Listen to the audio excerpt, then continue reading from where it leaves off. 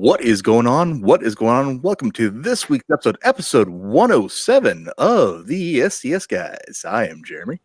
Hey, it's Larry. Hey guys, it's Nate. And I'm Scott. And we are the STS Guys, a weekly podcast where we sit around, shoot the shit, and talk about anything geeky, nerdy, and cool. What is going on this week, this guys? It's been a week, guys. It's guys. Yeah. It's been a week. It's been a week. It's been a week. Been a week. I'm just glad that like I said I don't sound like shit anymore. I'm back. Yeah, I know. I kind of feel like you need to get like a fake, like a sticker of the circuit breaker just to put on one of those glass cases behind you, just to kind of relive the wonderful nostalgia of the hotel room. No, I honestly feel like I need a personal piece of the Residence Inn Marriott, to take with me everywhere after living there for 2 weeks. Yeah, right. So crazy, man. I don't know how you did that. Kept your sanity in a hotel room. I could not spend that long in just a little hotel room at all. I would legitimately go crazy. You know what? Like I said, at least it was, like I said, one of those bigger ones where it had like the little kitchen and stuff like that. Where I think if it was like a normal hotel room, I would have gone crazy. At least with this, like I said, I was able to actually kind of expand out a little bit more, and like it even felt like home. Like, hey, when I had to go and do laundry one day, like it was like it got kind of weird. But you know what? It doesn't matter because I'm back. I'm now in the enthroned comfort of the nerd cave up here. Nice. Like it feels wonderful to be back. We're glad you're back. Oh, most definitely. Glad you're back home. It's good. All right. So obviously, like I said, I've been disposed for the last 2 weeks. I said we had our Halloween episode last week, so that was great. Yeah. Talking about Troll 2. So best worst movie, man. Best worst movie ever. Like honestly, like I said, I actually went back and actually rewatched it last night. Just because I'm like, I need something on because I couldn't get back to sleep after the event. So I turned it back on and watched Troll 2 because for some reason it was queued up. So I'm like, might as well.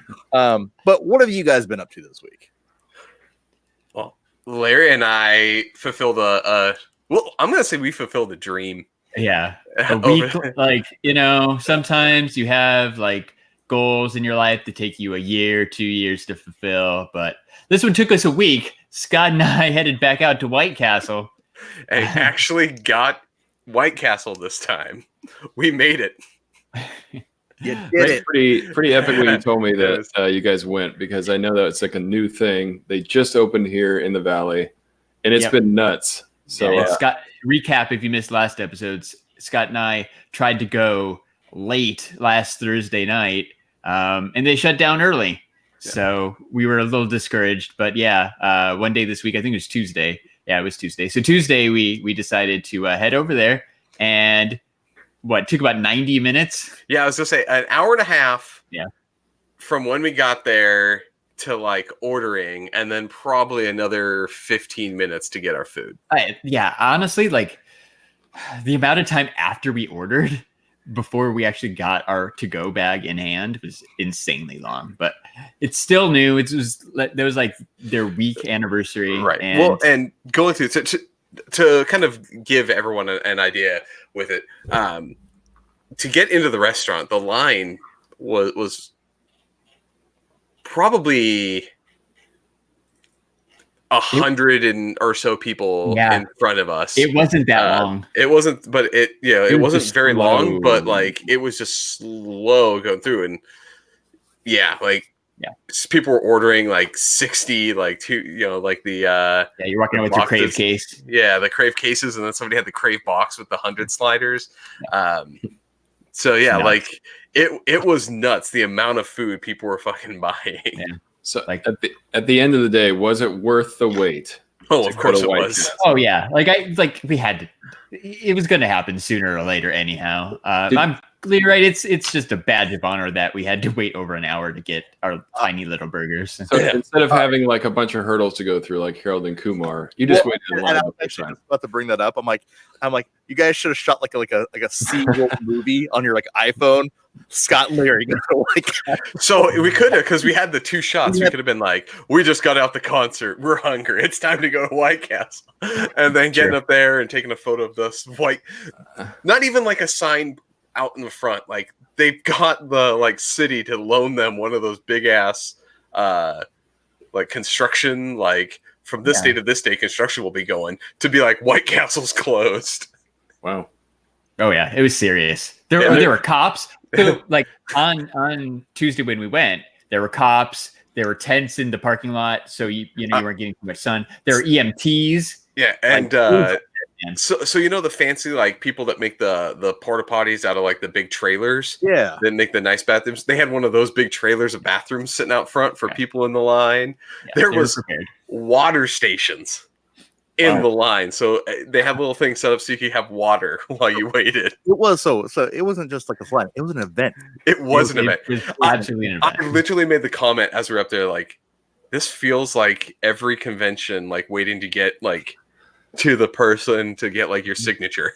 Mm-hmm. Yeah, they ran out of food a couple days, didn't they? Like, they had to shut down because they went beyond what their max capacity should have been. Yeah, like that's how we got screwed out of going Thursday night. Like it was their second night open. And I'm like, dude, we're already going to be out. We're going to be like 10 minutes away. It's 1 o'clock in the morning. It's 1 o'clock in the morning. There probably isn't going to be a line. Let's just go. And I still swear to God, that was an amazing plan, except for the 24-hour restaurant shutdown. Yeah, no, it was an amazing plan. I honestly, like I said, I'd be curious, like, how much money? Like, so they get printing insane, money. Man. Oh yeah, that store is raking it in, and I don't see like obviously the lines aren't going to be as long as they were now, right? But like I can tell you that restaurant will be constantly moving. All right, so now I got to answer the question myself. I don't think they are. Is it in Texas? Well, no, not in Texas. I think, can you actually buy a franchise? And I don't think you. I don't think you can. I think it's family owned. Yeah, it's family owned still. So you have to they have to decide to make the restaurant, I think. Yeah, and I only know that because I was watching YouTube videos about the White Castle in Scottsdale, and they had one of the executives on. He's like, "It's a family owned restaurant." I'm like, that's why. So I mean, there's only the ones in Vegas, the one over here, like probably the only ones west of the Mississippi or something. So yeah, they're all East Coast. But like Nate asked if it was worth it. Yeah, it was totally worth it.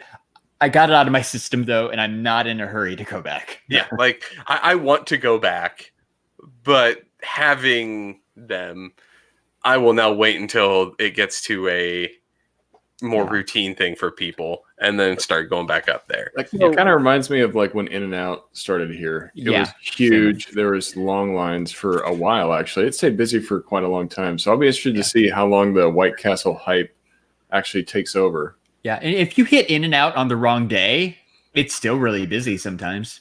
So I think White Castle will be the same. Like there'll probably be good days and bad days. The weekends will probably be off for a while, but I want to go over there. I want to bring my family. I want to go to White Castle again, but I'm not sure. I'm not sure how big of a hurry. I can't do that. Wait. I don't think I should think they'd ever come to Texas because like I said, when you guys come here eventually, like I said, it's I got to take you by because like I said, right by my house, there's a Whataburger and an In-N-Out. They're literally right next to each other. Yeah. The Whataburger is always freaking slammed and the lines wrap around the building. The In-N-Out, it's like a ghost town. It's like it's not even open. Huh, that's crazy. Such a weird phenomenon. Like because like I said, I wouldn't have ever expected that. Oh yeah, like I've never gone to In-N-Out through the drive-through and just pulled up and been the first car. There's always a line. Yeah, it might not be a huge line, but there's always a line. Whataburger's the opposite. Usually you can slide right up to Whataburger. Maybe there's a person in line in front of you, but there's never a long wait. Well, and I think the thing about Whataburger in Texas specifically is because wasn't it founded in Texas? It's probably like it's still it's like a cult in Texas. Like it's crazy. It's huge. There's so many Whataburgers and they're all freaking crazy busy. So how many White do you think you want setting? Me and Scott have actually taken this challenge. We did. So the saddest thing is I can answer the damn question. All right, so 8 is my usual go-to, but when Jeremy and I went there, we each knocked out 12. No. 12 is a lot, man. Nice. Yeah, Well, we did. I was gonna ask Larry how many did you do, Larry? I did the standard number 1, which is 4 burgers, so and fries. But yeah, I can't do more than 4. I mean, like if I really pushed myself, I probably could. But Yeah, that's a lot of freaking burgers, man. Yeah, that was it's back to 12. did 12 each. It's a lot. Plus I have to admit, I've plus actually 2 fries each. Yeah, it was. We were in Vegas. We were drunk. Yeah. Things happen. I've never actually been to a White Castle, so I think Never, now that it's ever? local, Never ever. never been to a White Castle. Oh, you guys, Oh, next time, Nate, you're coming with us. Yeah, usually where I live, hasn't been there. No. So Yeah, I get it. And like the only reason I've been there like 5 or 6 times, but like I went to the East Coast a couple times. Chicago has them, and Vegas. So yeah, if you haven't been out of your way, like Vegas is now the easiest one. So yeah. I have to remember that next time I'm there. Yeah. Well, now you have one down the street now from your I have house. one here, Yeah. but I'm gonna wait for a little while for the hype to die down. Yeah. The You Vegas one should. is like right on the strip too. Like it's like Okay. right. It's across from There's one in Mirage. There's Yeah, one, in Casino Royale, Yeah. and then Royale.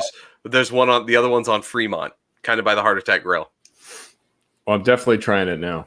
Yeah, you should. Like, it's not the greatest thing in the world, but it's definitely something you need to try at least once. It's like I said. It's it's part of it's Americana. It definitely is. It's a square burger, man. Yeah. I gotta eat it. Yeah, Well, it's a little 2x2 patty. Yeah. So like okay, 2 bites and it's done. Right. yeah, 2 bites, 2 bites. So enough about these delicious little mini burgers and their awesome grilled onions. Jeremy, we've really been just delaying to try to get to you because you have had a week and we've just been messing around, so you don't get to tell your story. It's time to tell your story. All right, I'll tell my story. So if you guys follow me on the Instagrams or the Facebooks, said you would have known that last night I actually got to do something probably so epic. Like I said, it's for me especially. Like I said I'm a diehard Kevin Smith fan, so I actually got to go to the Jay and Silent Bob Reboot Roadshow tour.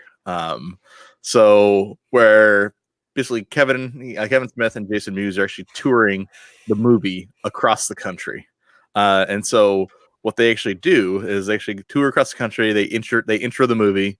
They'll actually watch the movie with you, and then do like a whole huge Q&A afterwards. And then depending on kind of what kind of tickets you have, you get to either hang out with them afterwards, or there's an extended Q&A. There's a lot of different things. So I thought it was just gonna be like bullshit too, that they just watch the movie. No, legitimately, they sit and watch the movie. Like they actually watch the entire thing. So Especially there's a lot. I just brought up the list. There's a lot of cities on this tour. Yeah. They've seen that movie a lot of times. Well, and just imagine watching the same movie 5 times, right? Like, I mean, do any of you guys go back and watch any of our like prior shows? Because I generally don't, because I can't stand to like watch myself. So I used on to. screen. I used to. So but I didn't watch. before. I would listen. Yeah. So I can't do the watching thing. So just imagine having to watch your own movie that many times, just like solid. Yeah. And go like that. That is impressive that they're in there actually, watching the screen, not just kind of like hanging out in the lobby. Well, Yeah. and the funny thing about it too is, like I said, he explained why. And so, like I said, it's one of the things that he's watching the movie, but he's also more watching the audience and seeing the audience reaction to the movie, just because, especially, I said the way how this movie came about. So this movie actually was technically never meant to exist. But people kept on bugging him to make it. He tried to go and make other projects that he couldn't make. So he tried to originally do Clerks 3, but Jeff Anderson, who plays Randall in it, didn't want to do it eventually. Let's rewind that. It's actually on track now due to some recent events that have happened. He tried. Yeah, it's called Money. Well, no, they did. They actually did a group signing together with Lilo Multiprops. And so actually kind of in preparation for Reboot. And so they had a reunion tour because the Clerks just celebrated the 25th anniversary. Yeah. And They were like, the way I understand it too, right? They were doing that signing, but it wasn't a signing where like I go in by myself. they all were there together, and then they were hanging out and be like, yeah, man, we might as well just do this. Like it's pretty cool. No, it's awesome how it happened. Like I said, there's a bunch of Twitter posts about it, so definitely catch up on that. But then he also tried to do Mallrats, but Universal owns the rights to Mallrats, and so they don't want to release it. So it's something that they don't, and that Universal doesn't want to make, just because, like I said, if you look at cinema nowadays, like I said, if a movie's not making $100 million, it's not considered successful. Right. And theaters aren't going to put it in the theaters because they know, they can put a movie like Endgame in there and it's going to knock any other movie out of the water that's playing at the time. And so every movie that's coming in the theaters nowadays are these, multi-million, $100 million plus movies where Mallrats wouldn't do good. So that's why Universal's never wanted to get on board. So that's when he kind of decided to go back to, hey, they own the actual rights to Jay and Silent Bob. So why don't they just do that? And they raised some money through that fan movie service, Legion M. So they raised about $2 million through Legion M. They got the rest of the backing money through Saban Films. So Saban Films taking the rest. So the entire movie was I think around $10 million. They actually produced it for. And like I said, it's made for a specific audience, and it's made for the specific audience that enjoys the Kevin Smith podcast, enjoys the VSQ universe. It's made specifically for this audience. And that's why he basically says he watches this movie with the audience just to make sure that, hey, you know what? Did I do it justice? Did I make the correct movie for this audience? Like I said, he's like, hey, these people, spend money to see me talk. Why don't they would surely spend money to actually see me, produce something new? So he produced a new movie, and like I said, it was epic. So I didn't know that. That's smart.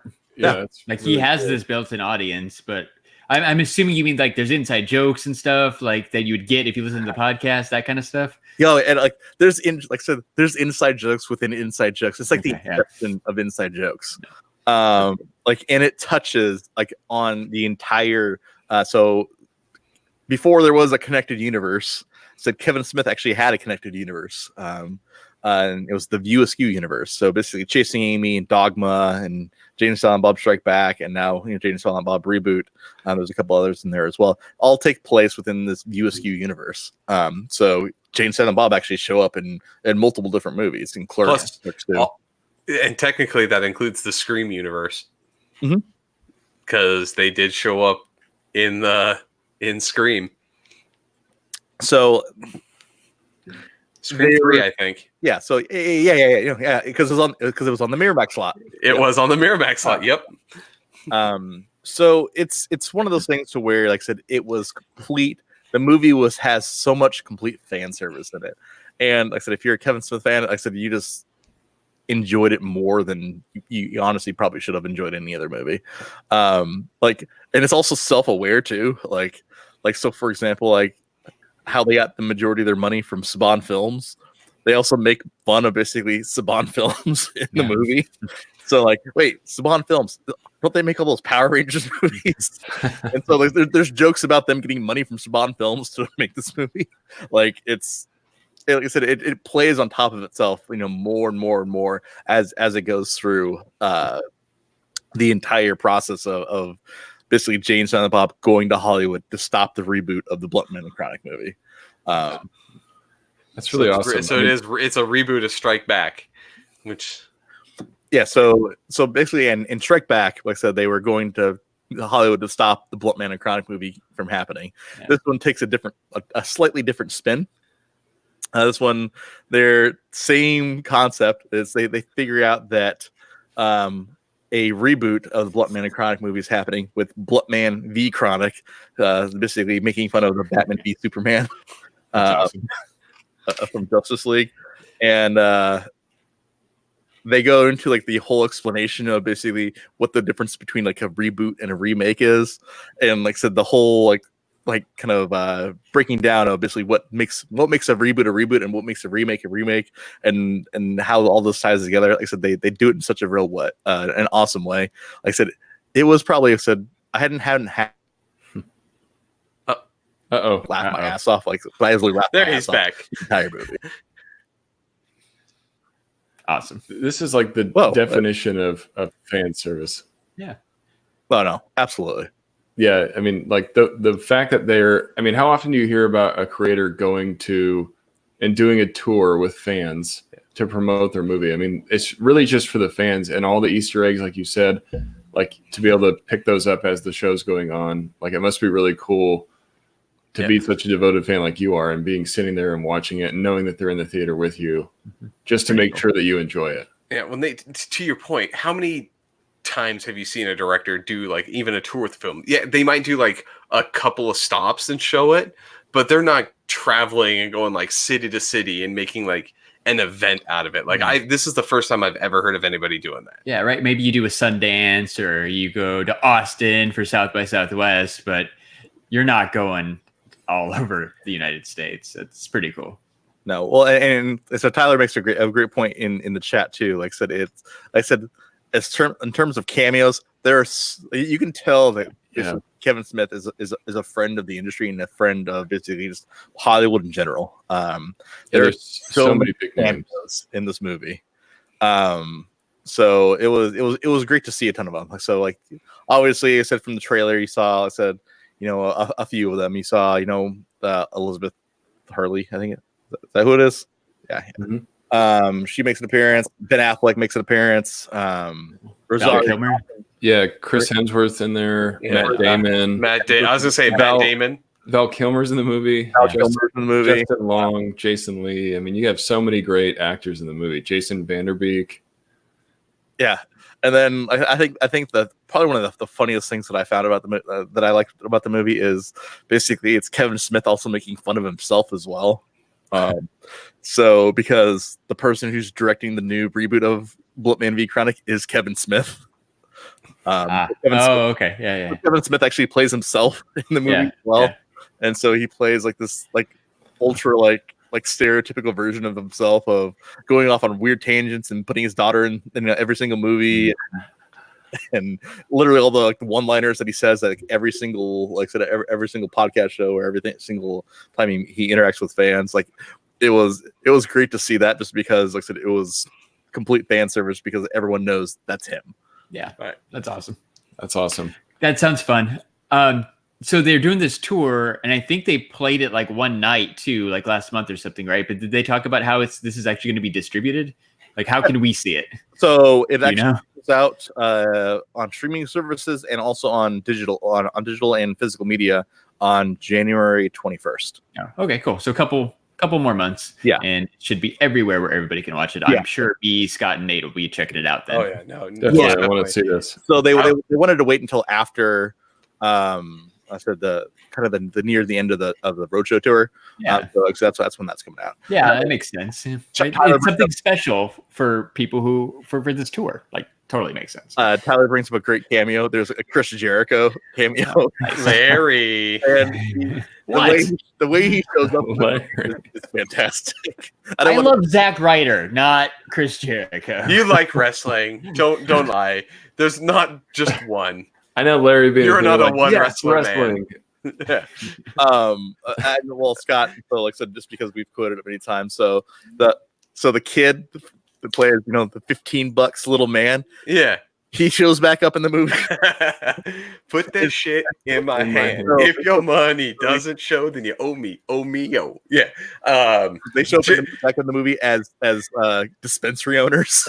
So now they basically do it to Jay. $200 little man. Like it's I don't know. It's all the little fan service things that are throughout this movie. Except it's honestly not an Oscar-worthy movie. It's not, it doesn't deserve, like I said, 100 million awards. It was literally made for the fans, and it's probably the perfect movie for the fans.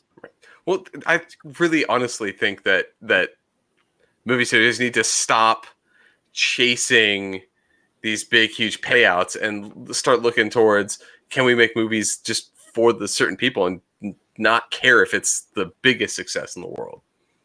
Yeah, so this movie literally played in the theater for 2 days. Mm-hmm. So for 2 days, and then now with the tour, it actually there was actually an article that came out the other day. It actually beat, because of the way the ticket structure works. It actually beat the per theater revenue of Endgame. That's because they're charging $700 for the meet and greet. Which is why Larry and I didn't go to the. Still impressive, but I'm still bitter that the meet and greet was $700. And they sold out. Yeah, I wanted to do the meet and greet, but whatever. So we're not mad at all. No, just bitter. So I can actually talk about that. So wait, did you do the meet and greet in Texas? So I did. So. What? After the movie was done playing, I said he did a Q&A. Yeah. And honestly, I think the thing I like about Kevin Smith is he doesn't care and doesn't stick to timelines to anything. So he literally had, like I said, one of the theater people, like I said, in the middle of the theater, holding up a sign that says, "Hey, wrap it up because we need to close the theater." And he went on for like another hour. Yeah, that's awesome. Of just like, because he wanted to make sure that the questions were answered, the stories were told. He was, interacting with the audience. Like I said, it was great. Like I said, it was great. So I actually had some really good seats. I was 4 rows from the front, so good enough. So good seats to watch the movie. So I was like right up front, but then also good seats to also watch the Q&A as well. So during the Q&A, like I said, people asked, like I said, their normal fan service-y questions and stuff like that. One of the questions directly related to the movie was actually some guy asked, like I said, who did you try to get cameo in the movie and didn't? Which was a great question. So I guess Chris Rock was supposed to be back in the video in the movie. Snoop Dogg. I would have loved a Bartleby. Yeah. So Snoop Dogg was supposed to be actually in the movie as well. So which actually kind of worked out. Because the reason why Ben Affleck was able to actually be in the movie is because they got basically a weed company to pay for a private jet for Snoop Dogg, because Snoop Dogg was going to be in the movie because Snoop Dogg doesn't fly commercial planes. But then Snoop Dogg, of course he doesn't. Snoop Dogg ghosted him. And so they basically had this private jet on reserve. And so when Kevin Smith reached out to Ben Affleck and had that whole story happen, Ben basically asked, like, "Hey, you know what? I'm more than happy to do this, but can I not, fly commercial? Can you fly me down there private?" And because Snoop Dogg bailed out is the reason why Ben Affleck is actually in the movie. That's pretty funny. Yeah. Great little tidbits. Like, did they tell you that there, or how did you learn about that? So they told us that there. That's cool. Yeah. So just really good behind the scenes stuff. Honestly, too, at the end of the movie, too, very, very honestly sweet tribute to Stan Lee. Cool. Like it hits you in the feels, like because it's Kevin Smith basically doing one of his last interviews that he had with Stan Lee about Snoop Dogg is dependable. Isn't dependable? No. Yeah, no. You mean the guy that literally makes every second of his day count towards weed? No, I don't think he probably just forgot about the plane. No, but no, the Stan Lee cameo was literally, like I said, the Stan Lee like tribute at the end was really, really good. So after the Q&A, like I said, so I actually paid for the VIP. I actually got to go and interact with them. So for a little bit and do a photo. So the photo should be published here in like 3 days. So what I'll do is I'll actually post those up on our STS Guys channel. Awesome. When I do get those back. But probably the coolest thing is just being able to actually interact with Kevin Smith one-on-one for just a few seconds. What? And so I'm like, I go in. The first thing he does is give you a big old hug. Like it was like he hugged. Like I said, he hugs. He's like, "Hey man, how's it going?" And then he gives you a big old hug. I'm like, which is like awesome. Like, right? 'Cause I said he really loves his fans. I'm like, hey, it's nice to be able to talk to you again. He's like, again. I said, when did you talk to me last? And I'm like, so he's like, I'm sorry, I'm not that too good with faces, right? And so I'm like, hey, I was able to ask you a question this year. You're in Hall H, and he's like, hey, did I ramble on like I normally do? I'm like, yeah, I'm not the guy that your daughter had to interrupt you. He's like, oh, you're the guy. And then we started talking back and forth about, I said, our exchange in Hall H, which he remembered. That's so cool that you remember just that. remind him. Remember the question where Jay just got up to go pee and disappeared? My question. Well, he starts going. He starts going on. It's like, you're the only one that asked a fucking question about the entire movie. I said, I did the movie. I said, you're the only guy that actually asked a question about the movie. So thank you for doing that. That's awesome. Talk about like an epic lead up to it. You know, first you get to ask that question. You have like a unique experience. He remembers you there. And then you kind of just get to hang out with them for the rest of the night. That must have been awesome for you. That's pretty cool, man. No, it was. Like I said, it was a night, man. It was an awesome night. They had professional photographers there, so we got some, I get the professional pictures. Jason Mewes is great too. I said hanging out with him. So like I said, when he's not as talkative as I said, unless you get him on like a subject that's not about the movies, like you get him talking about like Legos or Fortnite. Like, he goes. We also have his gamer tag, so we can, if you want to play Fortnite with Jason Mewes, we can go play Fortnite with Jason. Well, yeah, cool. Done. So he gave me his gamer tag, cool. So we could do that. But no, it was a great interaction. Like I said, just being able to talk to these two guys just for even a little bit, get my photo taken, and literally just like. As big of a fan as I am, being able to wrap out the night, with that experience, it was fantastic. Worth every penny. I'd do it again in a heartbeat.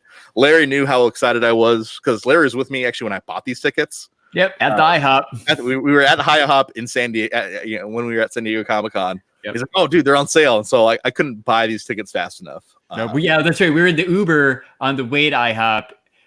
But like cell service was shoddy in the Uber, and you finished the purchase once we actually got to IHOP. Yeah, I remember that because I was trying to help you buy them too, but neither of us could get it to go through. Good times. I'm glad it worked out. I think it's cool because we're complaining a little bit about the price. I know it varied from state to state or whatever, and I'm glad you didn't have to pay as much as it was in Phoenix. But it's cool that you got a professional photo and not just a crap.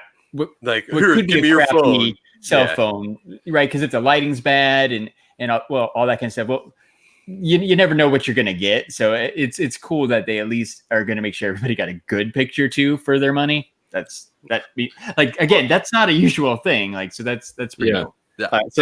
So Damien brings up a point. Right? He's all in on that, and he was at BlizzCon this weekend too. So nice. The funny story about that was normally him and Kevin intro the movie together, right?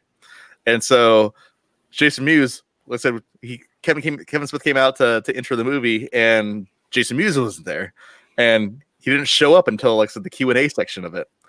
It's because he'd actually flown back from BlizzCon to Austin because he actually went to BlizzCon for the day, and then flew back to Austin.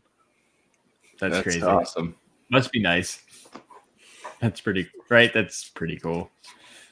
No, it was like I said, it was a great experience. Like I said, I would do it again in a heartbeat. Like I said, I feel like I fulfilled like I said, my Kevin Smith journey. Like I said, I know I said I'll also go and see him at every show that he goes and does. Also, same thing with Jason Mewes as well. I said whenever their podcast comes to town, like I said, I'll always be going to that. Whenever a new movie comes out, I'll always be at that. But honestly, for 2019, like I said 2019 for me, like I said, if it's the year of the guest for the STS Guys podcast, for me it was the year of Kevin Smith, because not only did I get to see him and Jason a couple different times, Scott and I got to hang out with Jason Mewes at a show one time. Yeah, that was super fun.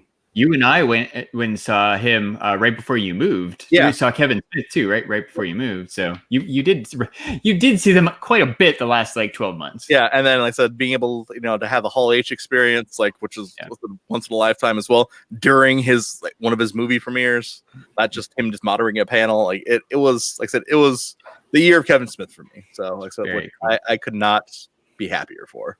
So awesome. I saw you posted earlier today. you got a signed Reboot poster, right? Is it just signed by Kevin Smith? Yeah, signed by Kevin Smith. Yeah, like, but he signed it really cool. Like, it's since Kevin Smith's autograph is basically just a K, big line, S line, but he did that across the entire bottom of the poster.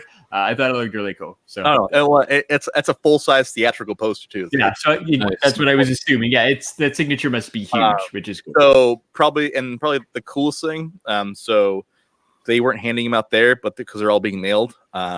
So you also get basically a piece of collectible merchandise with the package with the ticket package too. So someone in one of the Kevin Smith groups actually posted a picture of that today because they finally got theirs. It's actually a signed script.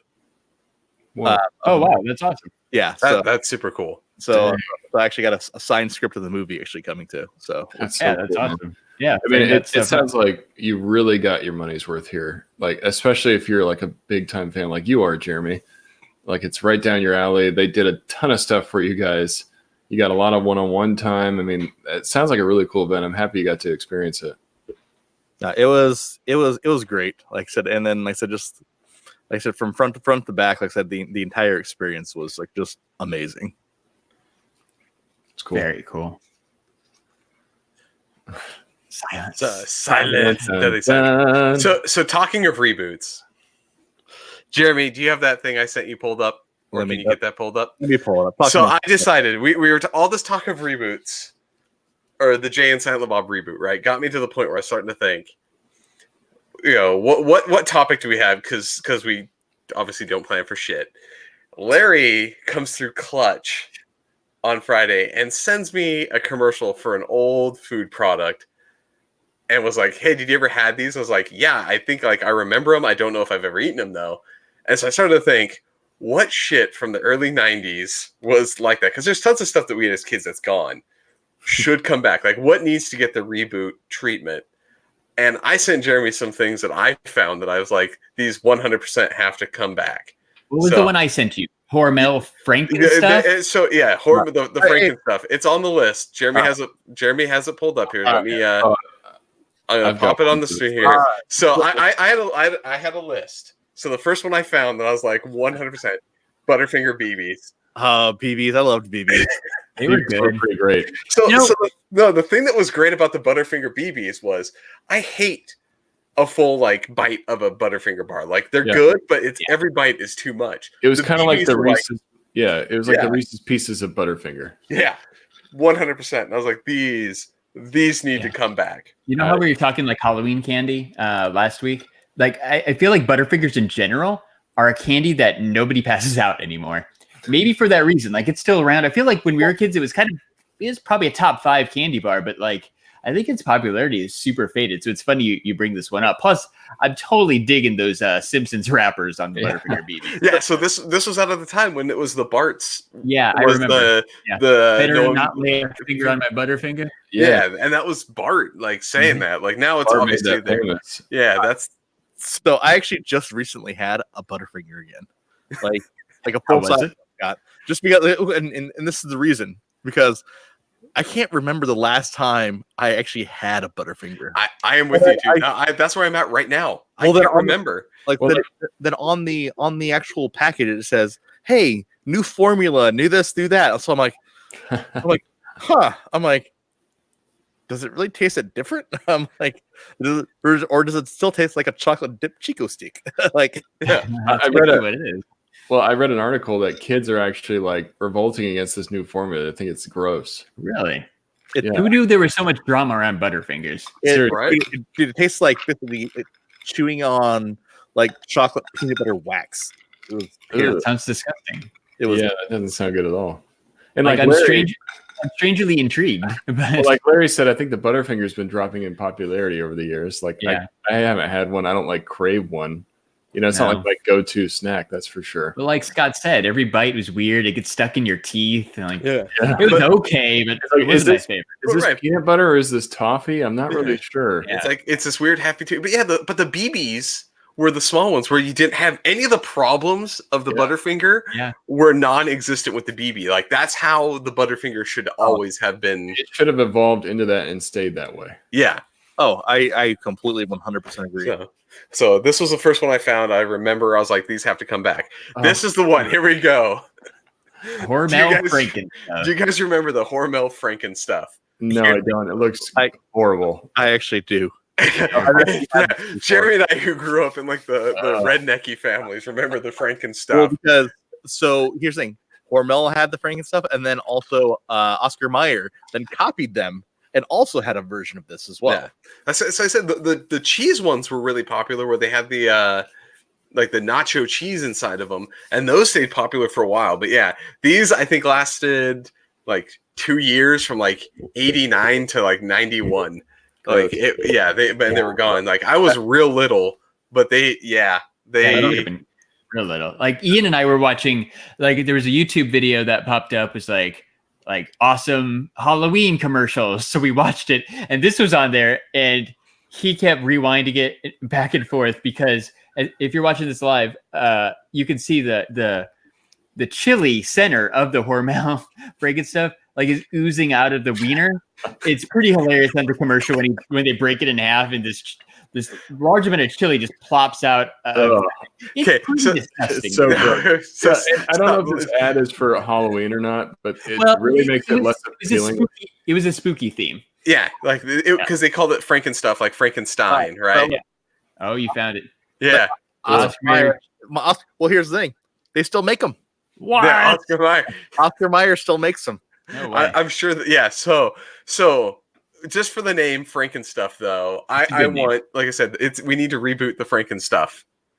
There's a family YouTube channel where a dad and a daughter. I spent way too much time watching these videos.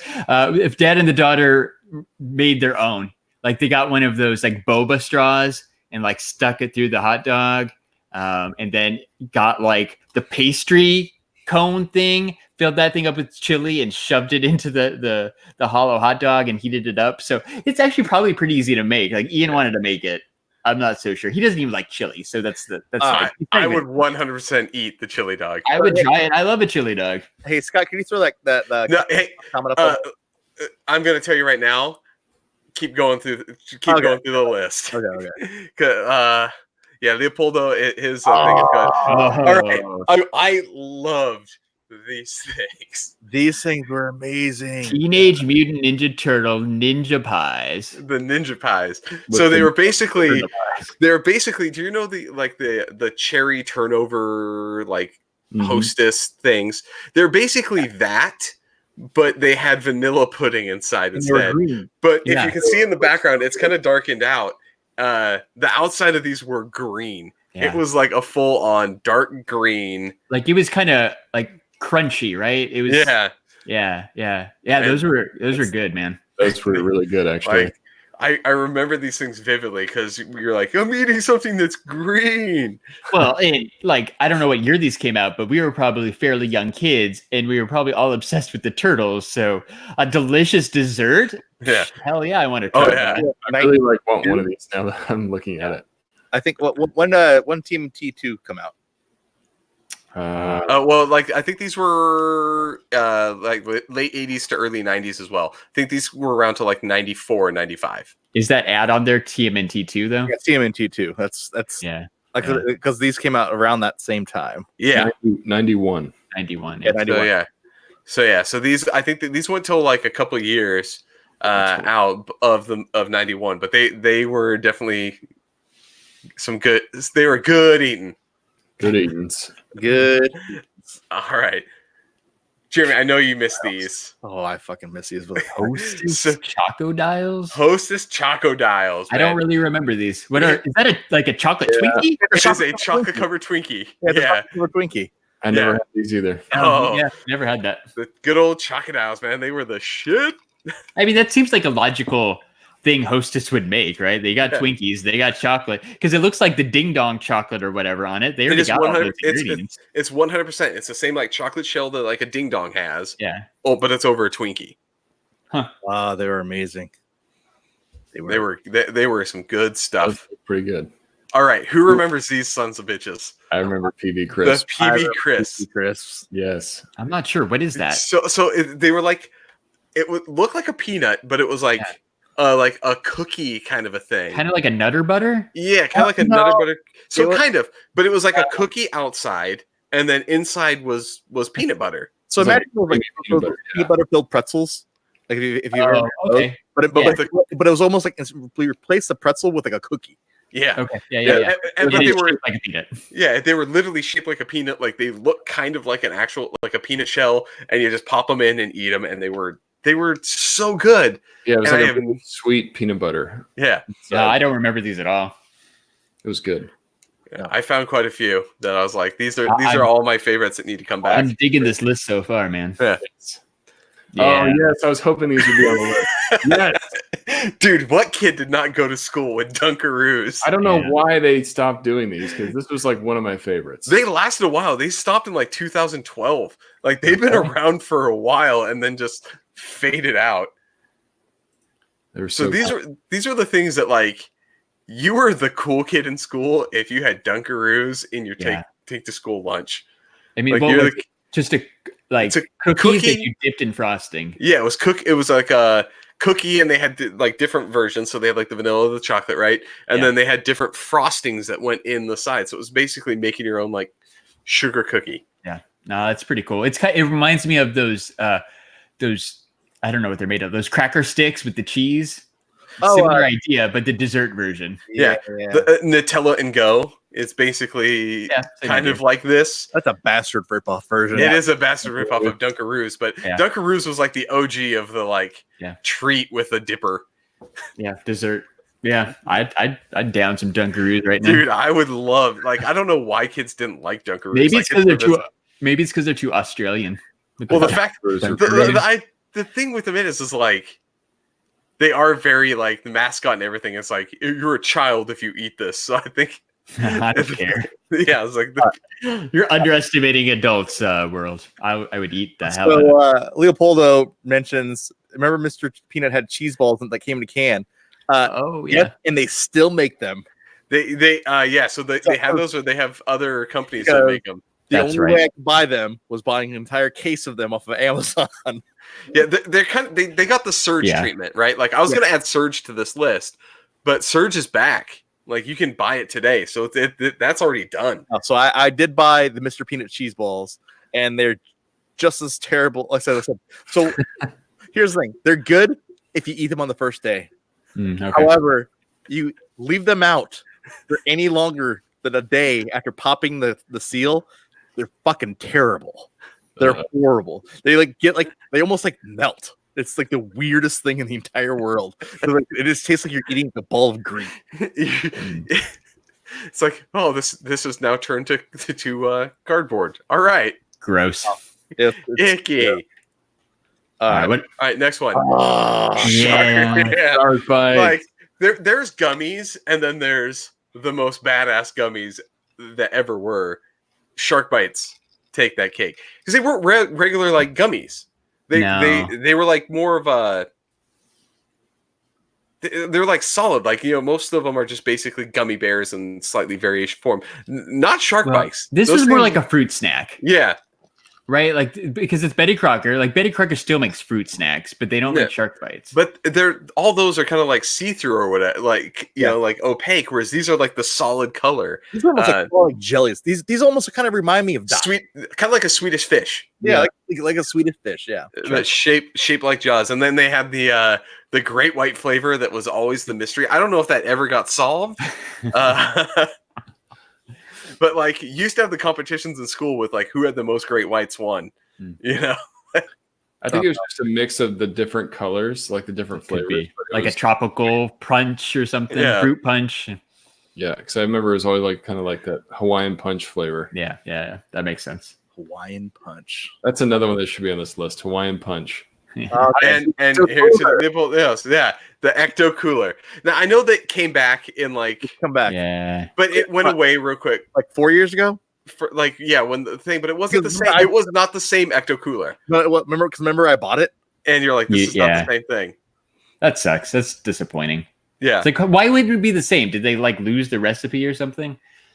I think they're like, that recipe won't Yeah. go over well with younger generation. You're talking the shark bites at lunch, but I specifically remember like you were pretty cool if you were bringing a high C ecto cooler in your lunchbox. Yeah. So as I said before, when Jeremy, you wanted me to pull the comment about ecto cooler up. I didn't have to. It was on the list. I did add it.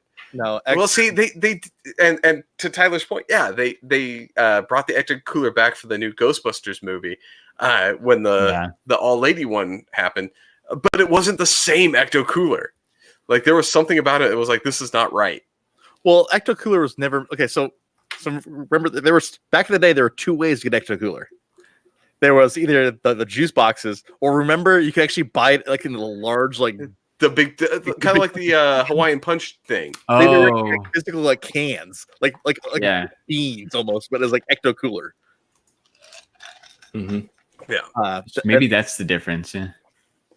What that? The ecto cooler in the can, like so, in the giant one, it's like the family size. Like it was amazing. Yeah, that was some good stuff, man. Yeah.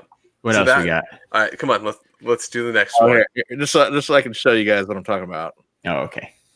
Where's that? Where's that? Here it is. Yeah, because you had to open it up with a freaking church. Right. Yeah, the one that you're like, this is for after the apocalypse. Yeah, it was like a 64-ounce. Oh yeah, tomato can or something. Yeah. It's like something to find out The Walking Dead and be excited because it's still good. Yeah, it's sealed. But then you don't have an opener. You're like, oh shit. Yeah, I want my ecto cooler. No, exactly. All right, so let's go through. Who remembers the bubble beeper? Oh, bubblegum, right? This is like Fruit Stripes, like Big League 2. There's so many good bubble gums back so then. the bubble beeper I picked specifically because who did remember where you had to like pop the top and it looked like a beeper? Because I had a beeper, it's genius packaging. Like, I don't think I ever had this, and I'm sure the gum was horrible. Yeah, I'm sure the gum it was like Fruit Stripe. It lasted like 10 like seconds. Yeah, and they're like, oh, this is really good. Oh, I just want to point out the amazing 17 pieces of gum. Yeah. Not 20, not 18. 17. Let's get a prime number in there. That's fine. Yeah. Well, hey, whatever. I thought most gums are like that, though. Oh my! Who remembers the colored ketchup? I never actually tried this. No, they brought that back. So we're looking at Did Heinz Easy. Yeah, so I'll tell you. So sort of. So we're looking at Heinz Easy Squirt ketchup. They at Walmart brand too. They had green ketchup, which was licensed with Nickelodeon. So it was like slime ketchup. I know we bought it like it would have been last year. So we had green ketchup. So like this idea is still kind of around, but again, I was surprised. Two things: Walmart brand, weird, and Walmart brand licensed, even more weird. So still kind of around, but yeah, we're looking at purple ketchup. Yeah, it came in. I think I remember green and purple. So weird, yeah. That came about. Strange.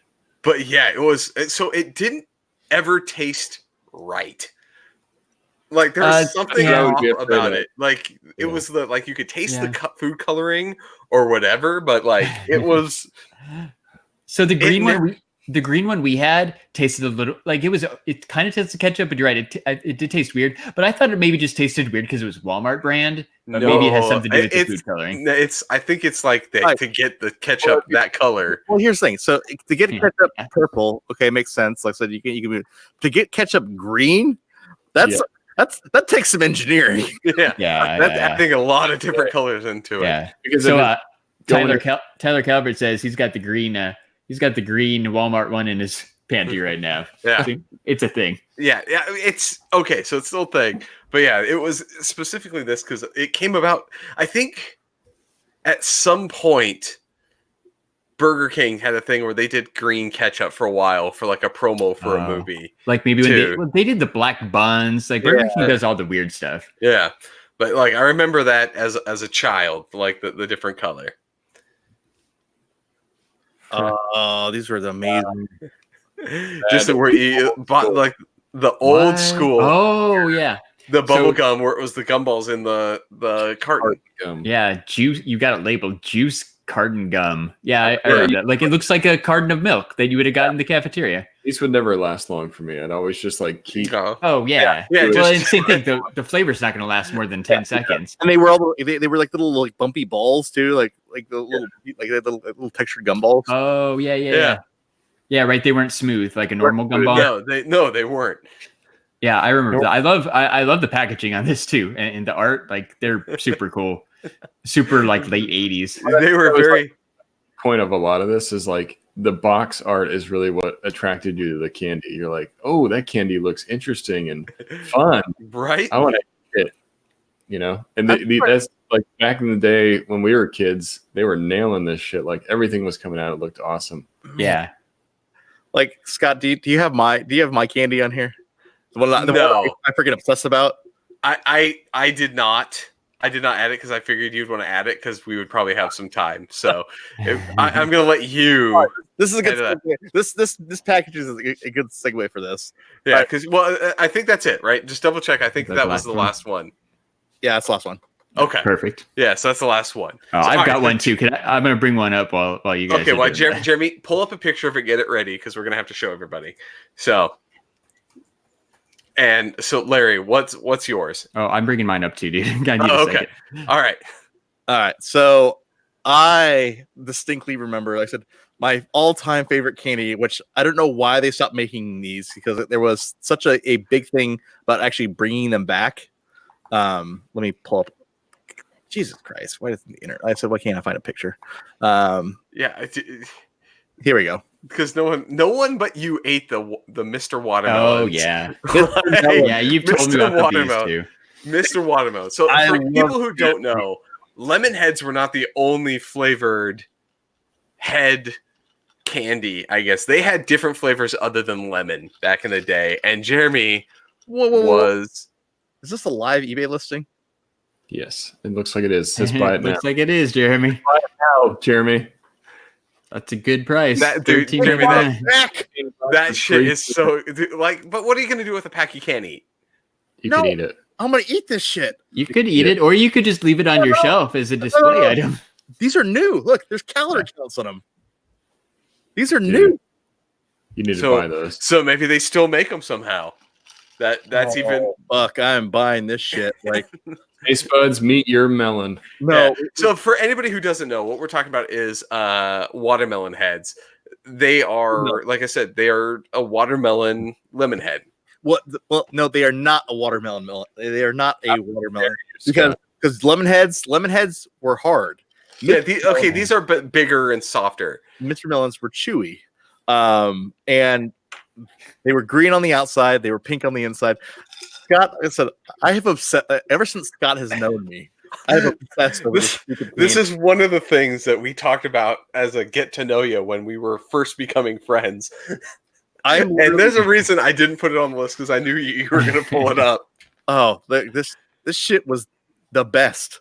It was amazing. This was the thing I bought all the time just because I said it tasted that good. And now to see that this is potentially back. And hopefully not some weird Chinese import. And where did you buy Mr. Melon? Is it like an ice cream man thing? The Circle K? It was an ice cream man. He had the Circle K that had it. Yeah, it was at store. The water and ice store. Okay, yeah. Sure. Like the candy section of your local grocery had Mr. Watermelon. Oh. But like gas station was for me. Like that's growing up in a place that like gas stations were the place to go for candy. Like that was. That was the main thing. Cool. I always went to a local small gas station that always had like a ton of candy. Yeah, because they knew, the kids would be able to get to it, so they stocked their candy shelves, man. Yeah, they're back. Well, they're legitimately back. Yeah, there you go. Well, I know we're at the end here, but we at least all have at least one candy that wasn't on. So that's why I did my list. And I figured that would spur some ingenuity for everybody else. So Larry, I got mine up, Scott. If you wanna, give me a second. All right, I'm gonna add yours to the screen here. I literally did not put this on. I saw it and skipped it. The wrestling ice cream sandwich on a stick. Yeah, So good. The ice, These are so delicious. the ice cream manias. Yeah. Right. Let's zoom in over here. The WWF Superstars of Wrestling Bars. You got Coco Beware on it. You got Animal. You got Bobby the Brain Heenan, Andre the Giant, Honky Tonk Man, $1 Million Man. All your favorite WWF My favorite superstars. was the one that was the Hulkster. Yeah. So instead of Hulk Hogan, it was the Hulkster. The Hulkster, man. Like Nice. these were amazing. What was it? 1988 is the date on this ad. But it was so good. It was the weird ice cream thing because it had the one side. One side's like vanilla with the image, and the other side's chocolate. Mm-hmm. Yep. So cool, man. Right? You can take a bite off the Hulkster's head and enjoy your ice cream. These are the one thing that I wish would come back. That's awesome. Yeah. All right. So Nate, so you got anything, dude? Yeah, I do. I'll share it. Hold on 1 second. Okay. Right, Tootsie Fruities, man. Dude, so okay. Wait, those things need to come back. They're basically flavored Tootsie Rolls. Don't they have those? So yeah, dude, my daughter just got. They're not called Fruities anymore. They are not called Fruities. They're called Fruity Tootsie Rolls. Yeah. Like actually spelled out correctly. Yeah. So right. these were. I don't know how I got it, but like my daughter had some at one point that were not the Tootsie Roll ones. So either somebody brought them back with the name, or they're just like a knockoff that I mistook. No, I've got. I know we've got some Tootsie Roll brand ones that are these same flavors, right? There's a green, there's a pink, and a blue. I don't know. There's a purple in there too. I'm not sure if we've got if they still make purple, but I guarantee you I've got some in our candy bucket from Halloween. Because remember I told you like Ian wanted to buy the thing that comes with dots. The thing that comes with the bag that has dots in it also has Tootsie Rolls, the normal chocolate kind, and then these two. Yeah, like Scott was talking about, I used to go walk to my local convenience store gas station, and they always had these, and I filled up like a paper bag full of them. So this is going to sound really weird, but I grew up in a really small mining town, right? So there's this bar not too far from where my grandma used to live that you could walk to, and it had penny candy for the thing. So like they literally sold each of those for like 1, 2, or 5 cents a piece. So they came. That's how it was. I remember buying those. Yeah, I used to get like 100 pieces, and it was just like $1. Yeah. Tyler brings up the 3D Doritos. I don't know if you guys remember those, where it was like take a bugle and then like seal it off and then cover it in Cheetos dust. Like a corn puff. Yeah, those are so good. Like regular nacho cheese Doritos are amazing, but those 3Ds, man, so good. Did you guys? Do you remember? Like I feel like it was a fake rumor, but like people would always say, "Oh, they still sell them in Mexico. They still sell them in Mexico." I'm pretty sure they never sold them in Mexico. I don't remember that. I did. Like it was a thing here. Like maybe it was an Arizona thing. Like, but kids would spread rumors that you could still buy them in Mexico, but nobody ever had them. I've looked. They were amazing. Yeah, they were good. But yeah, the 3D Doritos were definitely good. They almost made my list, but I also was like, I've got 11 on here. I could actually go on for days. Nah, man. You said, hey, like we should do this as a topic, and I'm like, man, I just sent you a link to a YouTube video about like this hot dog with some chili in it. Like that's all I got. I don't have a podcast topic. I just asked if you had seen this crazy commercial Ian and I watched 10 times last night. And you're like, we should do a podcast topic. I made a topic out of it. Well done. Typical STS Guys fashion. We haven't done just a random, hey, let's talk about something weird and cool. But very, very good, dude. I like that list. I thought it so. That was Scott. It also came kind of from a recent talk that we had. I'm not going to say who or what's going on. I'm just going to say we have a guest. There's going to be an upcoming special episode, and in talking with them, really spurred me on to actually do some research and find pictures for Jeremy to run. Very cool, man. Yeah, I was like, we're gonna do this. We're gonna do it right. I'm coming in with visual aids. Yeah. Well done. I will tease that we do, like Scott said, we do have a special guest interview coming up that we are not allowed to release until November 15th. It is embargoed. Yeah, like we legit got an email saying you cannot release this. So we'll share out details soon because it's still like 2 weeks away. But stay tuned to the STS guys. Let's just say talking with this person though got me going on some ideas of some other stuff that we'll do because as Larry and I can contest, and Jeremy, you can jump in and say this. Nostalgia is a hell of a thing. Yeah. And so kind of banking on some nostalgia, getting those nostalgia points. Are you saying we could have called this episode "The Food That Made Us"? Yeah, maybe. Hint, wink, wink. You're tipping. Spoiler alert. Yeah, I know. Yeah. Spoiler alert. So keep a look out for that, and see, it'll be special episode number 3 / episode 100 something. Yeah, 110 probably, or the official count of. Yeah, I'm not really sure. I'm good at math and can tell you when the 15th what episode will be on. But there's 2 more, right? So probably 110. Yeah. So we have that coming up on the 15th. We're still locking down a special guest for next week. Yeah, I don't want to say any more about that one because I don't like to talk about it until it gets confirmed. But hopefully we'll have a special guest next week for you guys. I think Jeremy and I have some stuff coming up too. I'm going to Tucson Comic-Con tomorrow. Yes. So if anyone's in the Tucson area, come say hi. Guy is. I know that guy too. We got at least one. Yeah. So, and I think Jeremy's going to try to go to Wizard World Austin the following weekend. Yes. So that'll be awesome too. Our first Texas convention. Yep. Our first Texan convention. I said we're going to be heading to Wizard World Austin. Yeah. It'll be a good time. Yeah. They got a bunch of Smallville guests. Henry Winkler, the Fonz is going to be there. Fonz. It's going to be a good time. I'm looking forward to seeing what a Wizard World convention is all about. So we got a pretty stacked November because we also have Larry and I are going to another concert here in about 2 weeks. So you get to hear about that too. Well, yeah. So the real reason I'm going to Tucson's for a concert tomorrow. Tucson Comic-Con's just the bonus. Right. You're going to be there anyway. Yeah. So I remember quite a few episodes we talked about a band that Larry and I went to, and I was like, there was a mosh pit, but there was no reason to have a mosh pit. Larry's going back to see that band again. Yep, Caro Bonito live in Tucson tomorrow. They're here in a couple of weeks. I actually just ran through and saw their things. Nice, they are amazing. They're a very fun live show. I can attest. I've been. Yeah, it might not totally be your thing, Jeremy, but it is one of there's a few bands that are like perfect Larry bands. That's one of them. They're great. There's this venue called the Garage, and so I said because one of my all time favorite bands growing up. Like I said back when I used to like being the skater scene and stuff like that was Pennywise. So Pennywise is coming to Austin, and so I started scrolling through, and then all of a sudden Caro Bonito.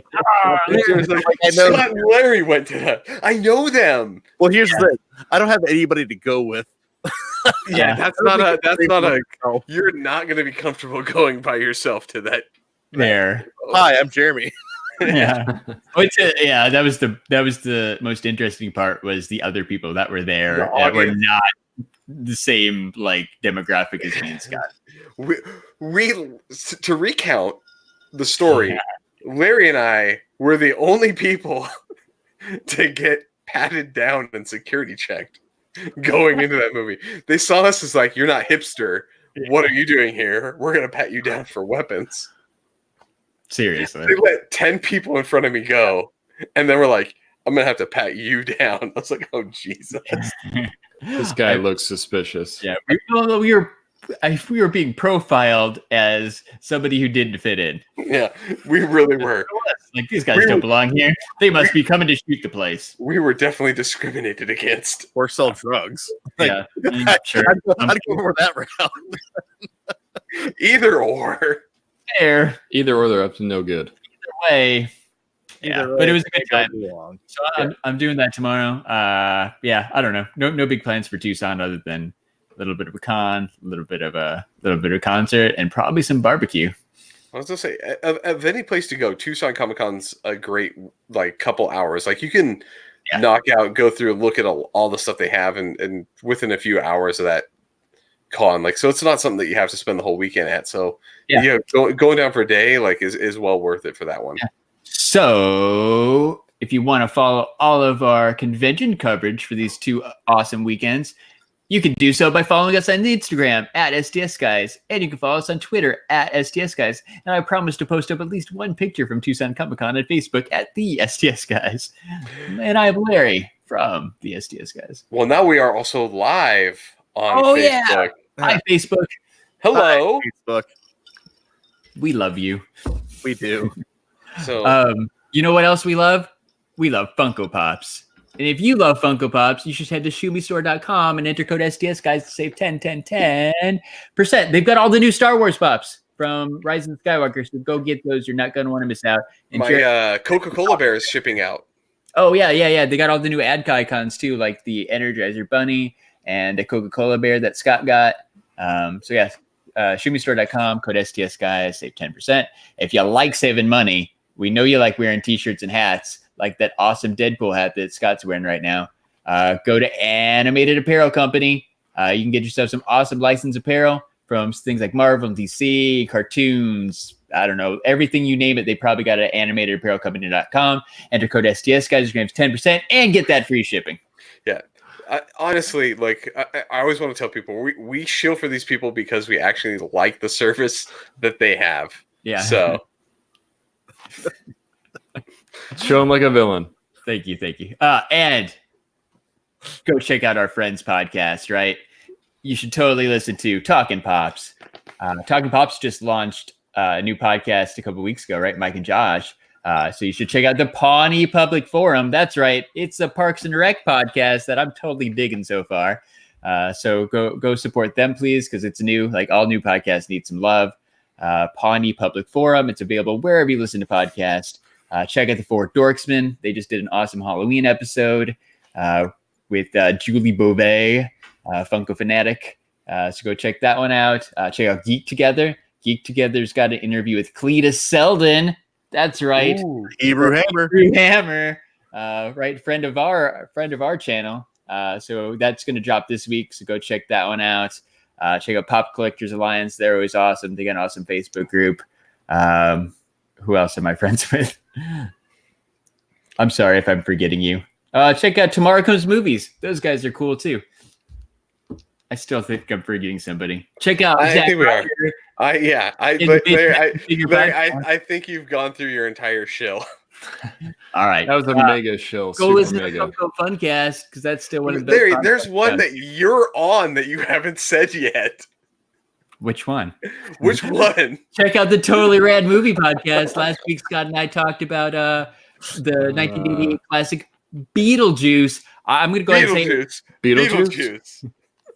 I'm going to say that so far, like this is episode 6 of the Totally Rad Movie Podcast. It's the best episode so far. It was. Go check it out. It was pretty rad. So I think we're still nailing down. I think Larry, we've come up with episode 7 for that one. We just we're doing this one is going to be Teen Wolf. Yeah, so we're going to talk Teen Wolf in 2 weeks, I guess, still. But we're also doing a giveaway with the Totally Rad Movie Podcast.